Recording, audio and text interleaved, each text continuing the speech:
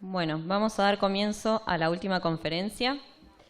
Les presento a la licenciada Melina Blinsky. Ella es licenciada en genética, es miembro del Laboratorio de Genética Reproductiva de Novagem y se especializa en biología y genética reproductiva. Y les va a hablar hoy de abordajes metodológicos para el diagnóstico genético preimplantatorio de enfermedades monogénicas.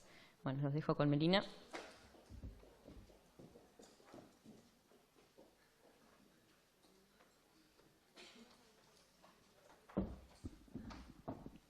Bueno, buenas tardes. Gracias por la presentación. Y también quiero agradecer a la comisión organizadora por invitarme a participar de este evento y dar esta disertación sobre abordajes metodológicos para el diagnóstico genético preimplantatorio de enfermedades monogénicas. Bueno, para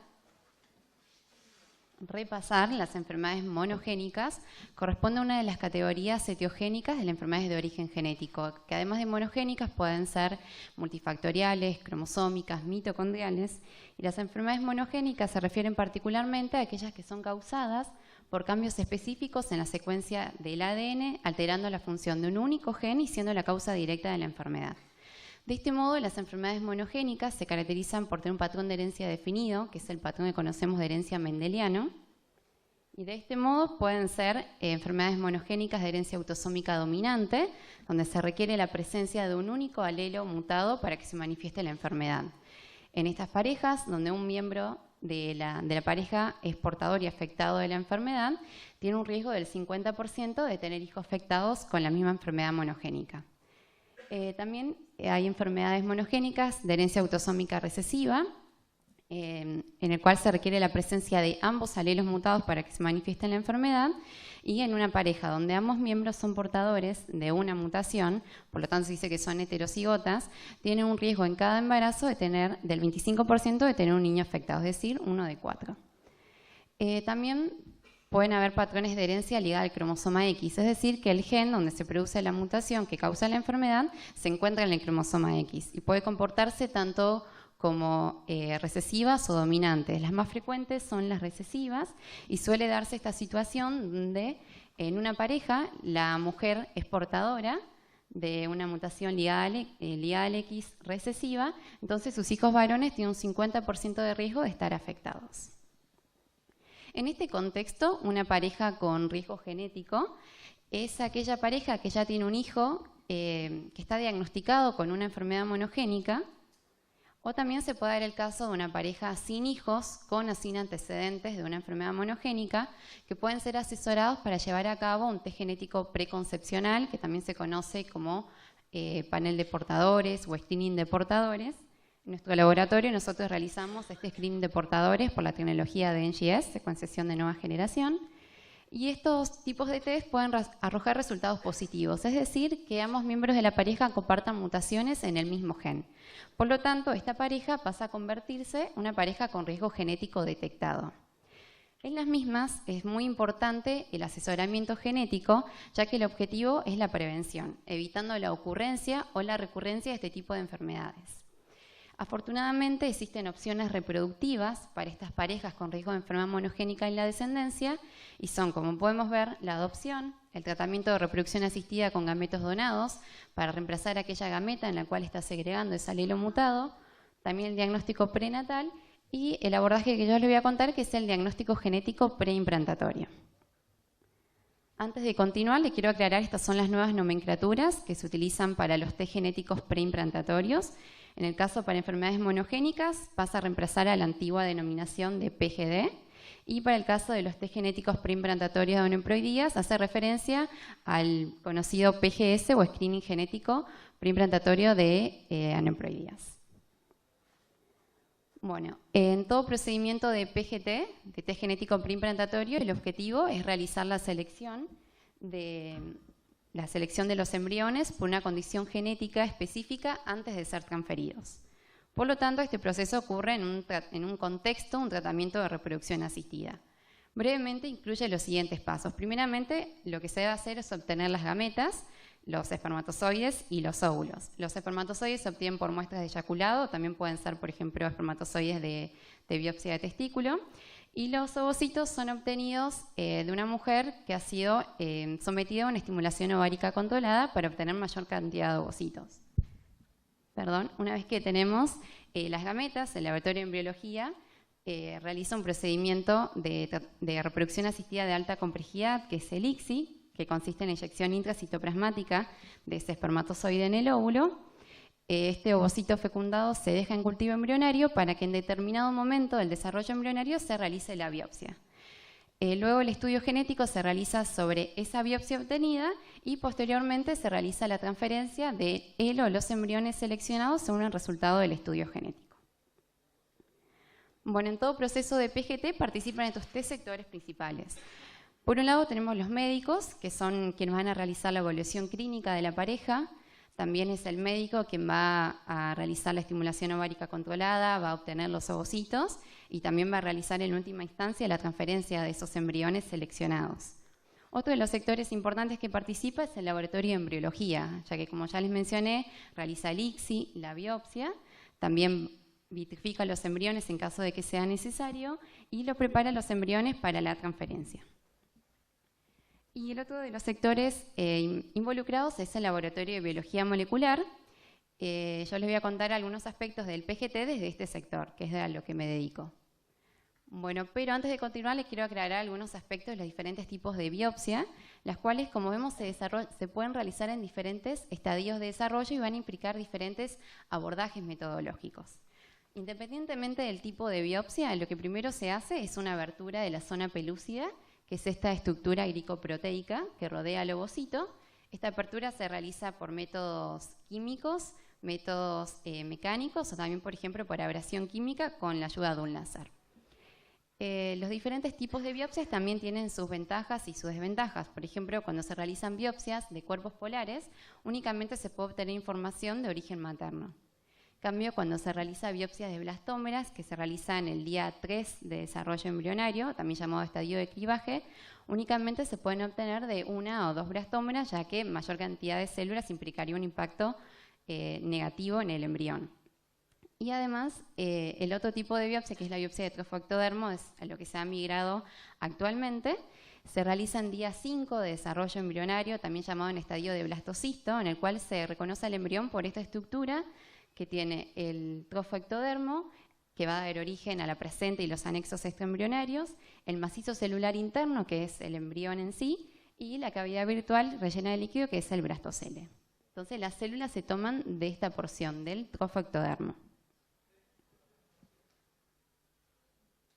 Bueno, y particularmente de las células de trofectodermo se obtienen de 5 a 6 células de un embrión que tiene más de 6 células. Y como vamos a ir viendo a lo largo de esta charla, trabajar con mayor cantidad de células tiene sus ventajas en comparación con las células de blastómera que se obtienen en día 3.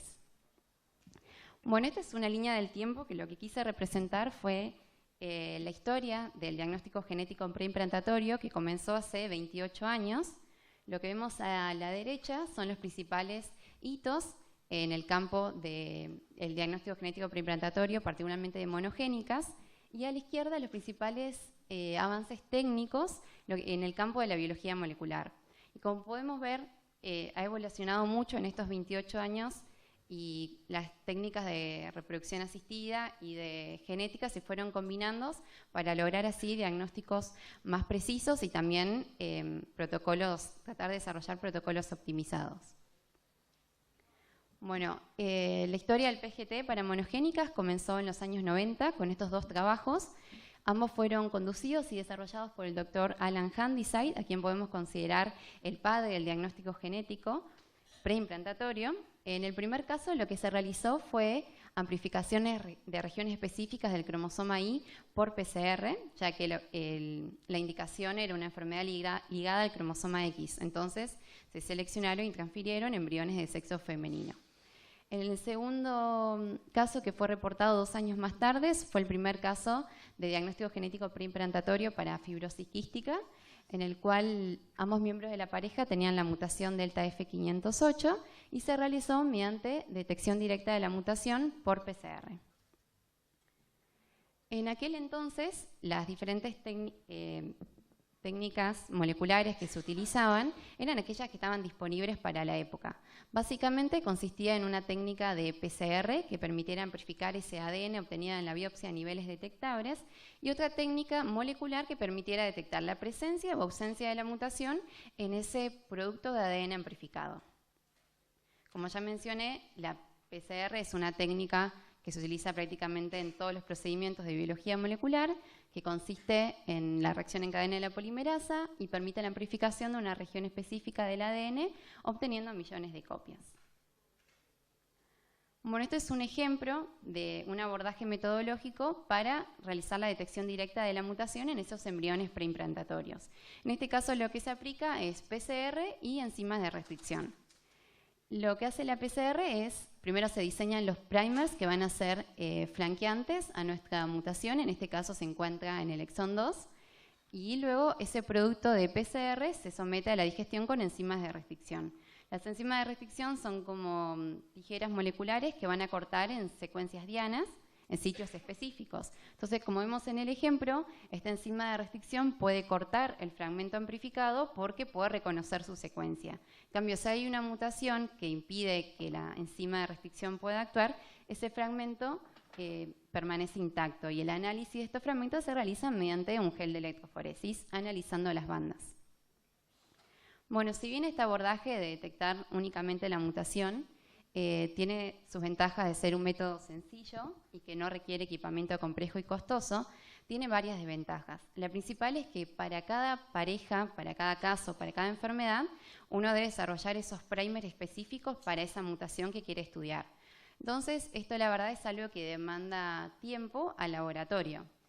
Y en ese momento, también en aquella época, se trabajaba mucho con la biopsia, que ya les mencioné, la biopsia de blastómera en día 3, por lo tanto, muchos de los problemas eran inherentes a trabajar con una única célula. Esos problemas son la cantidad limitada de ADN, la posibilidad que ocurra contaminación, falla de amplificación o también allele dropout. El allele dropout que es la amplificación preferencial del alelo, en realidad es un problema técnico que ocurre porque uno de los alelos se amplifica preferencialmente. Y este puede ser un problema, por ejemplo, cuando uno está diagnosticando una enfermedad de herencia autosómica dominante, que en realidad si se amplifica preferencialmente el alelo recesivo, esto puede llevar a un error diagnóstico porque en realidad no se amplificó el alelo dominante. Bueno, años más tarde, con la información proporcionada por la secuenciación del genoma humano, se pudieron identificar marcadores polimórficos en todo el genoma y así se pudieron incorporar protocolos que se llaman de PCR multiplex en los procedimientos de biología molecular. Bueno, uno de esos marcadores polimórficos son los STRs, que son las repeticiones cortas en tándem. Como puedes ver en el ejemplo, corresponden a secuencias cortas de 4 nucleótidos que se repiten n cantidad de veces, determinando así los diferentes alelos. Por eso se dice que son polimórficos. Estos marcadores de STRs, cuando se encuentran próximos al locus, que es la posición de un gen involucrado en la enfermedad que queremos estudiar, pueden ser utilizados como una herramienta para realizar el test genético preimplantatorio, ya que mediante ellos se puede inferir la presencia o ausencia del alelo anormal realizando análisis de ligamiento indirecto. Cuando se desean llevar a cabo estudios utilizando STRs en los procedimientos de diagnóstico genético preimplantatorio, estos STRs deben ser intragénicos o estar muy próximos al gen de interés. Y porque lo que debe ocurrir es que esos STRs se encuentran dentro de un segmento que esté protegido de ocurrencia de recombinación. Entonces, por eso es que deben ser próximos al gen de interés. Bueno, entonces, cuando se utilizan estos STRs, se debe realizar una genealogía familiar y obtener ADNs de varios miembros de la familia para determinar cuáles de esos STRs son informativos y son heredados juntos con el gen de la enfermedad. Este es un ejemplo de la aplicación de detección directa de la mutación que se realizó mediante secuenciación de Sanger y también la aplicación de análisis de STRs. En este caso utilizaron 5 marcadores de STR frangiantes al gen de interés, que en este caso es el gen HBB para beta-talasemia, Y como podemos ver, la utilización de estos marcadores STR permitió detectar la ocurrencia de allele dropout, que es ese problema técnico que les mencioné anteriormente, en uno de los embriones. Esto es posible porque es muy poco probable que el fenómeno de allele dropout afecte a más de un locus por vez. Es por eso, cuanto más marcadores STR utilicemos, mayor es la probabilidad de detectar el allele dropout. En este caso es un ejemplo para una enfermedad de herencia autosómica recesiva, esta para una enfermedad de herencia autosómica dominante, que también se utilizaron 3 marcadores STR. Y como podemos ver, este abordaje metodológico de realizar la detección directa de la mutación y utilizar marcadores STR nos permite detectar la ocurrencia de allele dropout. Entonces lo que vamos a evitar va a ser diagnósticos erróneos. Y además, como estamos realizando el ligamiento indirecto, también es posible realizar el PGT de monogénicas, aun cuando se desconoce la mutación exacta causante de la enfermedad. Pero por otro lado tiene la desventaja, como ya les mencioné, que para cada caso, para cada pareja y cada enfermedad, se deben desarrollar protocolos personalizados, porque en este caso de los STR se deben evaluar cuáles de ellos son informativos para la familia en cuestión. Bueno, y este abordaje que les menciono de detección directa y análisis STR se considera como el método tradicional o gold estándar para el diagnóstico genético preimplantatorios de monogénicas. Otra de las técnicas moleculares que fueron muy importantes, el desarrollo de estas técnicas, fue las técnicas de amplificación del genoma completo, lo cual permite amplificar más de 1000 veces una cantidad limitada de ADN, como les mencioné, que son aproximadamente 7 picogramos, entonces nos permite obtener gran cantidad de ADN que está disponible para realizar reanálisis u otros estudios. Esta técnica de amplificación del genoma completo se puede realizar tanto con biopsias de blastómera como con biopsias de trofoectodermo. Particularmente para los test genéticos preimplantatorios de monogénicas, se utiliza este tipo de amplificación del genoma completo. Esto es importante porque la enzima polimerasa que utiliza es de alta procesividad y tiene baja tasa de error en la amplificación y de ocurrencia de allele dropout. Entonces esto es muy importante porque justamente uno está realizando un test preimplantatorio por una enfermedad monogénica que es causada por alteraciones en la secuencia. Entonces es muy importante utilizar la técnica de amplificación de genoma completo correcta para no introducir nuevos errores en nuestros procedimientos. Bueno, las técnicas de amplificación del genoma completo, como ya les mencioné, hay de distintos tipos y también permitió grandes avances en lo que es el campo de los test genéticos preimplantatorios de aneuploidías, tanto por la red ISGH o por NGS, y posteriormente también permitió el desarrollo de nuevas metodologías como los array de SNPs para los test genéticos preimplantatorios de monogénicas, y una de esos array de SNPs es la que se conoce comercialmente con el nombre de cariomapping. Bueno, lo que hace cariomapping es utilizar SNPs. Para recordar, los SNPs son los polimorfismos de nucleótido únicos, es decir, cambios a nivel de base única en el ADN que tiene una frecuencia en la población general mayor al 1%. Estos SNPs se utilizarían de forma similar a los marcadores de STR, ya que son polimorfismos de secuencias, mientras que los marcadores de STR son polimorfismos de repeticiones cortas en tándem. Estos SNPs, al igual que los STRs, como ya les mencioné, se pueden utilizar como marcadores para realizar análisis de ligamiento indirecto, y cuando estos SNPs se encuentran dispuestos en un soporte físico se llaman array de SNPs. En el caso particular de los arrays de la plataforma de cariomapping, este array de SNPs se llama BigChip, porque los 300.000 SNPs que han sido seleccionados por esta empresa se encuentran ligados en pequeñas esferas, los cuales están dispuestos en un soporte físico. Es por eso que recibe este nombre particular. Bueno, y además, estos 300.000 SNPs han sido seleccionados porque se llaman SNP tag, que son aquellos que pueden ser usados para representar una región genómica con alto desequilibrio de ligamiento. Sin entrar en mucho detalle y explicación, estos SNP tags son aquellos que van a segregar siempre juntos porque se encuentran muy próximos en la distancia física de los mismos. Entonces, un grupo reducido de estos SNPs pueden ser representativos de ese grupo de SNPs que van a segregar siempre juntos. Lo que se llama protipo, o cuando representa una región cromosómica, es un haploblock. Bueno, estos brevemente son los pasos que se hacen para llevar a cabo un ensayo de cariomapping. Primero debemos partir de la biopsia, preferentemente se utilizan biopsias de trofoectodermo, se debe amplificar por una técnica de amplificación de genoma completo de MDA, y paralelamente también se debe obtener ADN de los padres y de una referencia, que es un familiar con un estatus genético conocido. Ya lo voy a mencionar más adelante porque es importante. Bueno, y una vez que tenemos nuestros ADNs, lo que se hace es hibridarlo en el array de SNPs, se extiende una única base y se marca fluorescentemente.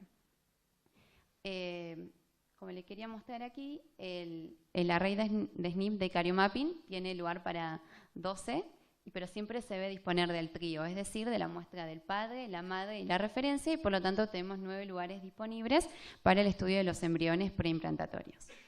Entonces, cuando tenemos nuestro array de SNP listo, este debe ser escaneado, puede ser por un lector de arrays como el iScan, o en nuestro caso nosotros utilizamos el secuenciador Nexin 550, que si bien es un secuenciador, tiene un módulo adaptador que lo permite funcionar como un lector de arrays, ya que utiliza el mismo sistema de cámaras del secuenciador. Entonces, una vez que se obtiene la imagen, esta es procesada y analizada de forma automatizada por un software. Si bien el análisis de los resultados también se realiza de forma automatizada, es importante conocer el fundamento de cómo realiza Cariomapin su algoritmo y cómo nos da el resultado. Bueno, lo que hace Cariomapin es utilizar esos SNP para identificar los segmentos de cromosomas heredados, llamados haploblocks, que se define estrictamente como el segmento cromosómico intacto entre sitios de recombinación. Entonces, y como lo representé aquí, este haploblock serían como estos segmentos de colores diferenciales. Bueno, entonces si nosotros conocemos el haploblock, este segmento, o como vemos acá en los embriones preimplantatorios, en lo cual segrega nuestro alelo anormal, lo podemos identificar en los embriones preimplantatorios, pero para ello requerimos de una referencia en la cual nos va a determinar cómo están segregando esos haploblocks. Como vemos en este ejemplo, es una pareja en que ambos miembros son portadores de una mutación de herencia para una enfermedad de herencia autosómica recesiva. La mutación la representé con esta línea de color rosa y esta pareja tiene un niño afectado con la enfermedad monogénica. Entonces, lo que hace Cariomapin es evaluar cómo van segregando esos haploblocks. En el primer caso, este es un embrión diagnosticado como no afectado, porque como podemos ver, heredó el haploblock de color rojo, de origen paterno, y el haploblock de color verde, de origen materno, que segrega con el alelo normal causante de esta enfermedad.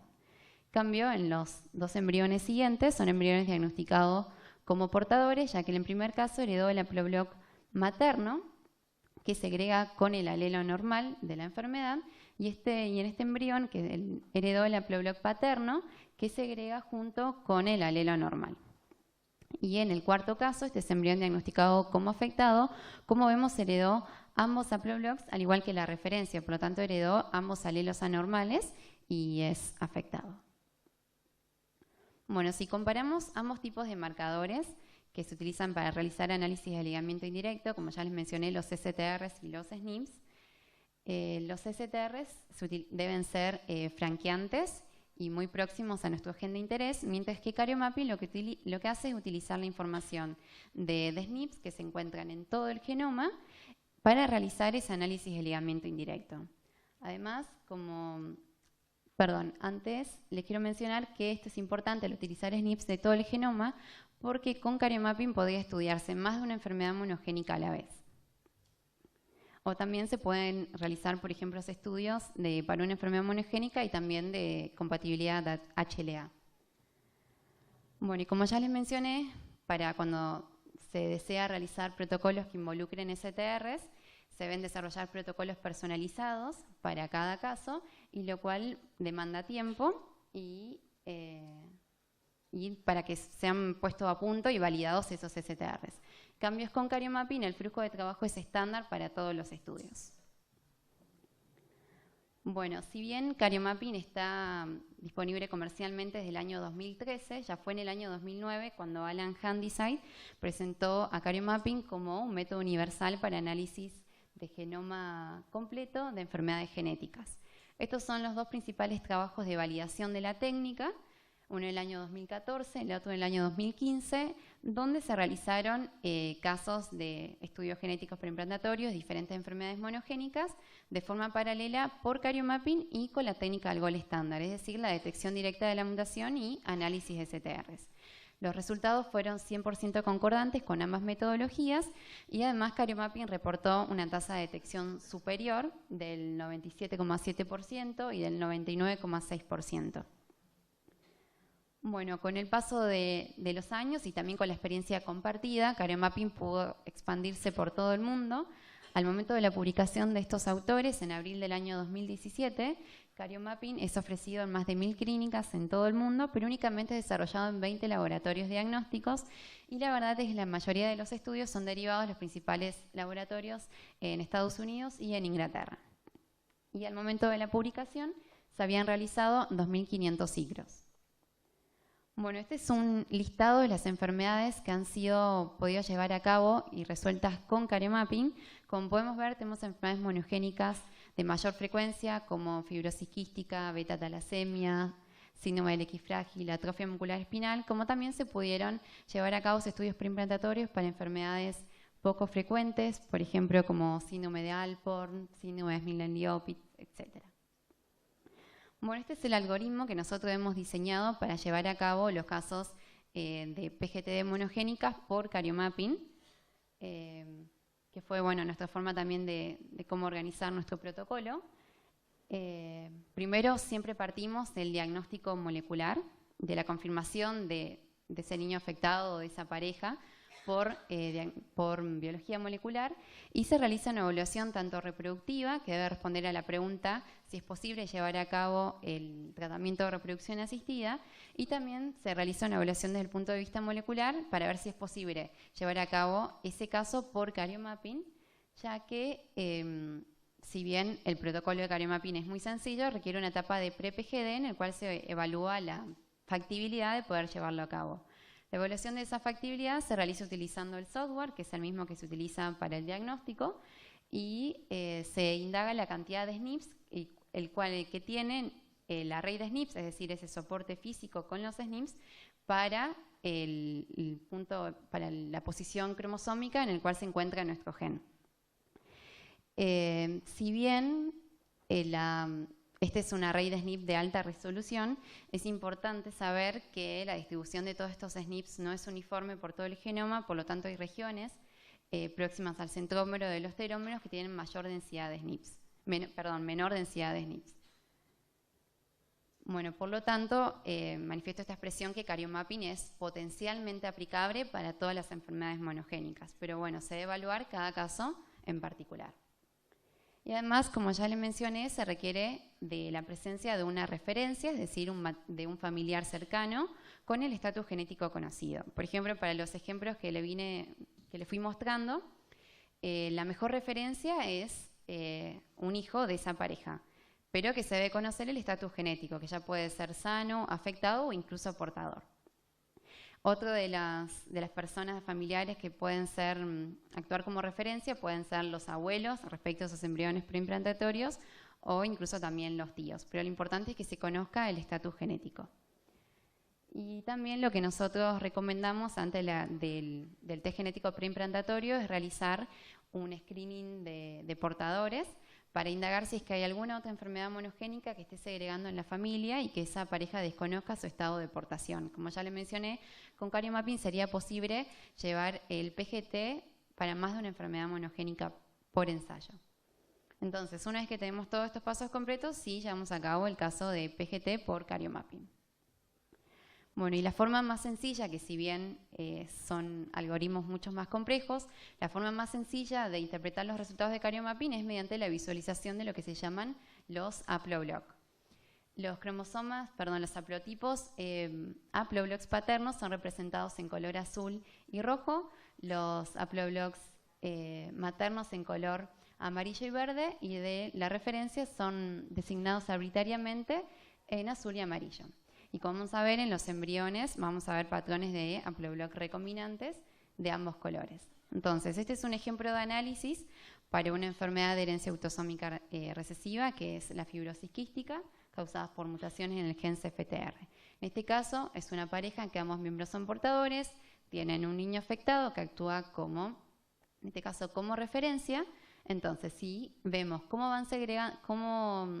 se han heredado esos haploblocs, determinamos el estatus genético de ese embrión preimplantatorio. En este caso, este embrión heredó el haploblock materno que segrega junto con el alelo normal, por lo tanto es portador.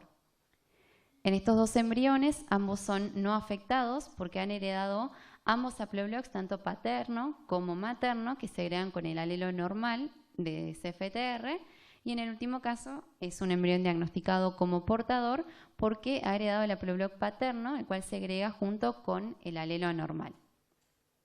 Y este es un ejemplo del análisis para una enfermedad de herencia autosómica dominante, en el cual tenemos el padre, que es portador y afectado para síndrome de Marfan, y en el cual la referencia es un hermano de él, que también es afectado y portador.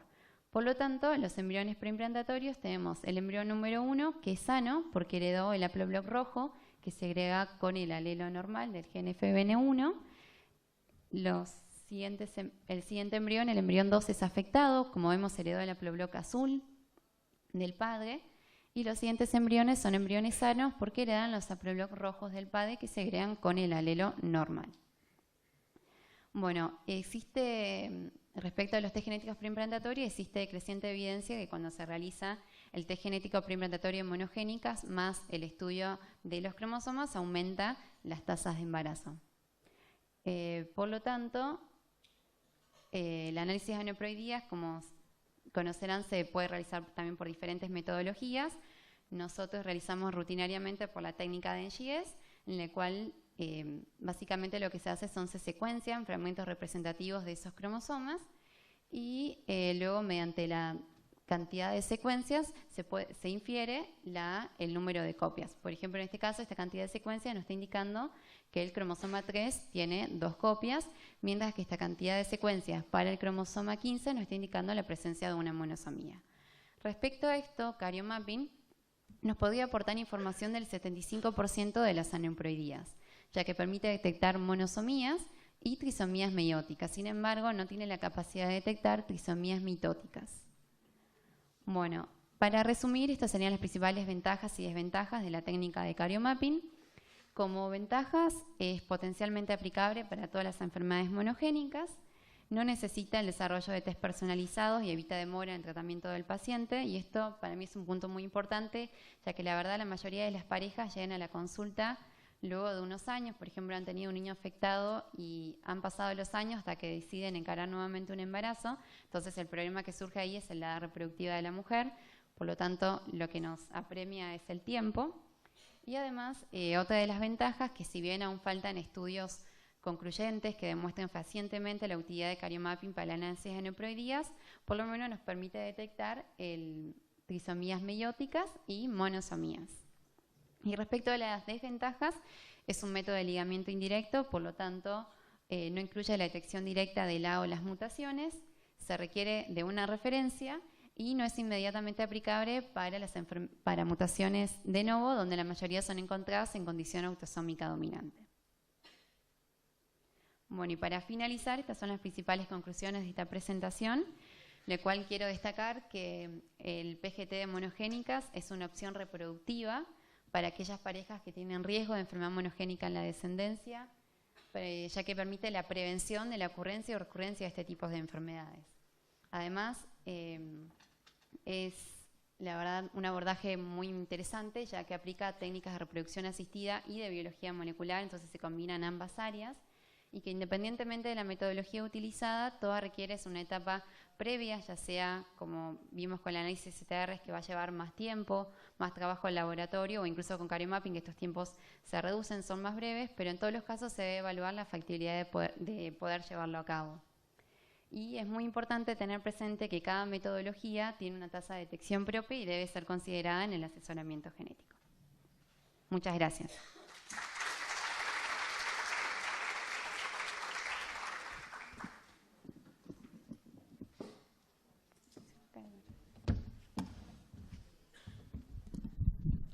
Muchas gracias, Melina. Muy linda la charla. ¿Alguien tiene alguna pregunta para hacer? ¿No? Bueno, yo sí, entonces. Bueno. No es una pregunta sobre lo metodológico, porque la verdad que quedó súper claro, pero, o sea, es una herramienta súper útil, me parece, y quisiera saber entonces si vos tenés idea de qué posibilidad de acceso tiene la gente a esta herramienta. se cubre, por ejemplo, por obra social? ¿Es una posibilidad o Sí. estamos lejos de...? No, particularmente, o sea, el abordaje de cariomapping, como se utiliza una raíz de SNP de alta resolución, la verdad que es una metodología cara, pero lo importante yo creo también de transmitir esta charla es que es una opción reproductiva. Entonces, los pacientes deben ser asesorados de que hay opciones y que si bien la verdad que no desconozco si son cubiertas o no, que incluso por otras metodologías se puede llevar a cabo y bueno, se puede evitar el nacimiento de un niño enfermo. Sí, no, yo te digo porque a mí me surge la pregunta Sí. justamente por lo que hablábamos antes afuera, Sí, sí. que nosotros trabajamos en un servicio de inmunología en que las patologías son inmunodeficiencias primarias, son inmunodeficiencias determinadas genéticamente, y muchas veces pasa eso, que uno hace el diagnóstico e incluso ya, bueno, llegan con ya el diagnóstico, digamos, prenatal, Sí. y uno no tiene una... digamos, no tenemos la instancia previa esta de poder hacer el diagnóstico preimplantario, y uno ya llega al diagnóstico prenatal y lo único que puede hacer es decirle a la madre, sí, mira, vas a tener un hijo con la patología. Claro, por eso yo Manejalo. les menciono eso Entonces, de cobertura como que, respecto claro. particularmente de cariomapping, pero como test preimplantario, por ejemplo, lo que se realiza y que sé que se cubre, por ejemplo, cuando se realiza selección de sexo por una enfermedad ligada al cromosoma X. Eso sí tengo entendido que sí puede ser, o sea, la gente tiene acceso a esa posibilidad. Sí. Sí,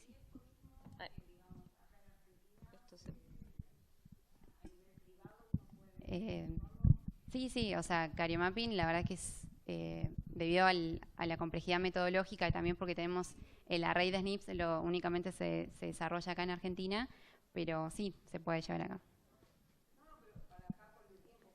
Sí, totalmente. La idea es que... Sí, la verdad que también hay cosas que son intangibles, digamos, que no se pueden... No, sí, por supuesto es una opción que se tiene que saber que existe Sí, justamente por y eso, poder así como, planteársela a la por ejemplo, familia. también el tratamiento con gametas donadas. O sea, lo importante es el asesoramiento de que esta opción reproductiva exista. Que no se llegue al momento, incluso lo del prenatal, la verdad lo veo como algo que bueno que sucede, porque muchos, la verdad que se enteran realmente al nacimiento de un niño afectado. Entonces, lo importante es eso, es en el asesoramiento genético y en la detección precoz de estas cosas. ¿Alguien más? ¿Alguna pregunta? No, bueno, entonces, Melina, muchas gracias. Bueno, muchas gracias. Muy linda la charla. Y a ustedes les pido un segundo que no se vayan porque ahora hacemos unas breves palabras de apertura del Congreso y ya después los